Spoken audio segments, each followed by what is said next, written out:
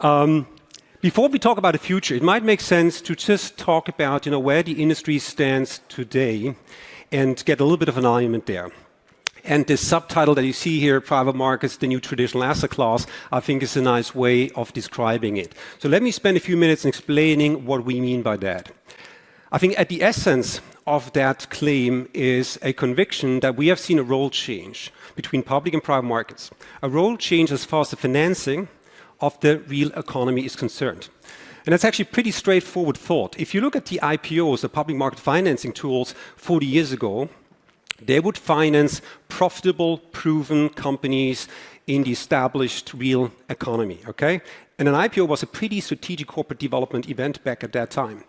If you move forward 40 years, you'll see that today IPOs are much more dominated by hype assets. Some of the assets are too big for private markets, but more often they're just hype assets. In most cases, they're actually not profitable companies that IPO, very technology focused, not the broader industry. And so in many ways, the industry, the IPO industry has moved from something that was very traditional to quite opportunistic. And if you look at private markets, you see nearly the opposite change, actually. We have started back in the 80s, driven by an incredible high-yield industry, in investing with enormous amounts of leverage in consumer industrial businesses that would be constrained in their growth. It was usually kind of a dismantling strategy involved, like event-driven strategy, would sell the stuff after some while. So there was certainly no financing of the real economy concerned at that time. And if you move forward today, you see the private markets, they are very established, very long-term, across all these sectors, and they more often than not, they invest very solid, growing businesses of the real economy. So a real change of roles.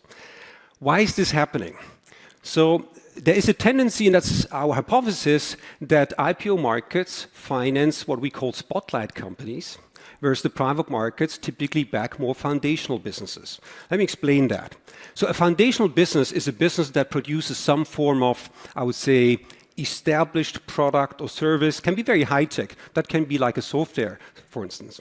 If you take the example of the food value chain that you see in the chart here, you'll probably see that most of the activities in the agricultural space, including very modern ones, like berry nursery businesses, biologics-based, or biological support products. So they all tend to be very foundational businesses, B2B businesses very often. The same on the processing side, new restaurant chains, and then the whole supporting infrastructure activities that you find.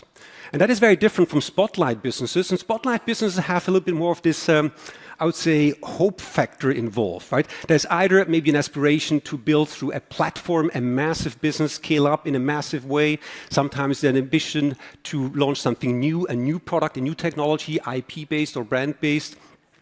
And if you look at the food chain, I think a better example for such a spotlight business is, for instance, DoorDash, okay?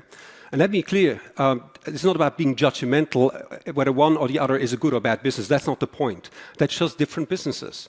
And fundamentally, the IPO markets these days back increasingly the spotlight businesses. Why is that the case? Because they get a better valuation in most instances. And this is because there is this Google factor. So investors in these businesses, they believe they can maybe invest in the next Tesla, Nvidia, Google. That's kind of driving the valuations. And that is very different from foundational activities that often end up in private markets because the private markets pay the same price. I don't think they pay less, but I think it's about the same price that you get in IPO markets, and then you rather stay actually in private markets.